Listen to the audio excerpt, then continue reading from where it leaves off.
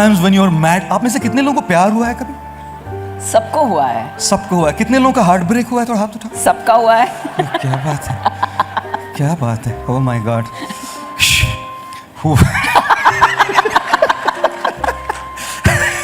इश्क सच्चा वही जिसको मिलती नहीं मंजिले। And you follow Bollywood. Wow.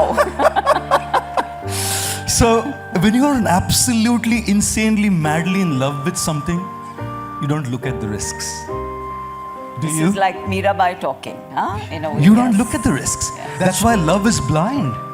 Marriage is the eye opener. Suddenly all the risks that you took, you didn't see anything. You didn't see compatibility, you didn't see natures, you didn't see anything. You jumped into it. Andha ishq. And then suddenly reality dawns when you start sharing personal space with each other. And bathrooms. And you start seeing the littlest things in each other. ये थोड़े जल्दी में हो गया लगता है. Because it was mad love. I took that uncalculated risk. Thankfully, when I landed up there, my risk worked in my favor. Right, okay. The eye opener was fantastic. If it wasn't, I still wouldn't have regretted. Because How I old was were you then? 21. Wow, okay. Because I was still true to my calling then. Right. है ना?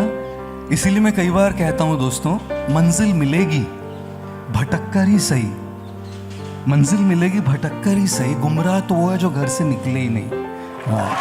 घर से निकलिए, अपने shell से निकलिए, लेकिन साथ ही साथ थोड़ा कैलकुलेटेड रिस्क लेके निकलिए, क्योंकि लव ब्लाइंड होता है, मैरिज आई ओपनर होता है।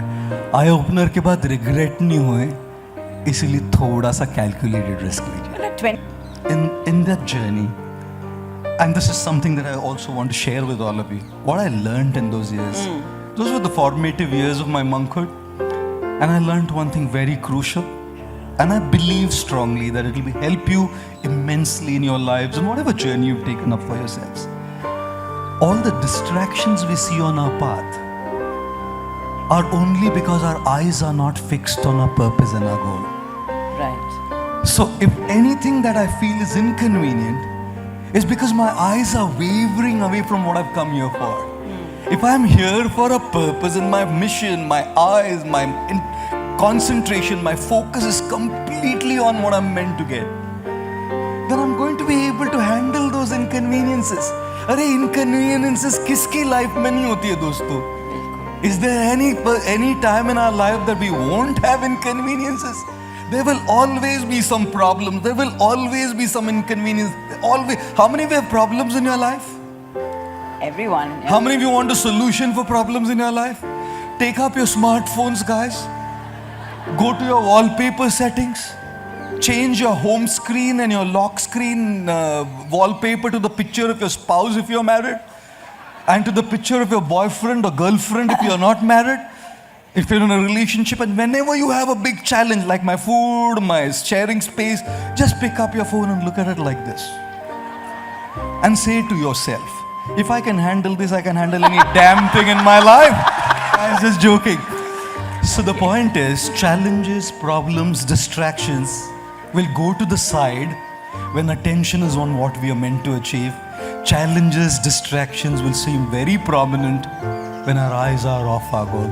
That's what I kept aligning myself with, and inconveniences just melted away, withered away, and everything became such a part of life, such a joyous life today, even the bhopla and the aloo. No, thank you. It's important to become aware and express our emotions, and how to use them in a constructive way for our growth then. Thank you very much again for that question. Years ago, one of my mentor, he told me about what Albert Einstein once said. He said, the sign of a genius is not in making simple things complicated, it's in making complicated things simple. Yes. Right. And far from genius, but learning to follow the genius like Albert Einstein. I mean, to put things in a complicated jargon, you have to hold yourself back when you can say it. Right. But to put things in a very simple manner where it's relatable, contemporary, doable, is something that I felt is so crucial, because it touches a chord, strikes a chord in your soul, goes there and inspires you to take some action.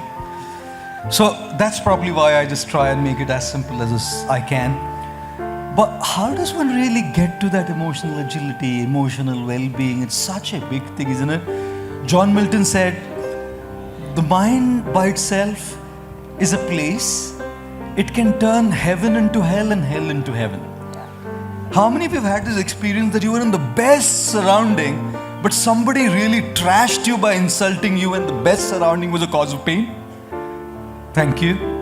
And how many of you have this experience that you were in the worst possible surrounding, but with the best people whom you love, and the experience was like fantabulous?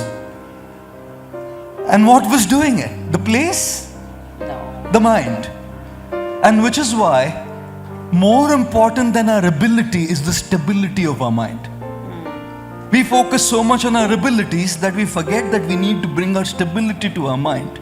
And here's what I often say, ladies and gentlemen. How much is this phone? How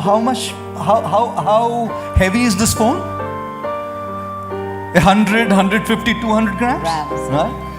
If I hold this phone on my palm for like 5 minutes, I could probably do it, right? If I hold it on my palm like this for the rest of the session, it's going to start hurting my wrist. Yeah. If I hold this palm like this, exactly like this for the rest of the day, my hand probably starts getting a little wobbly, a little shaky. My wrist starts getting numb. Imagine if I hold this phone for the rest of the week. My wrist will probably start paralyzing. Is it the weight of the phone, or how long am I holding it? How long you're holding it? How long am I holding it, right?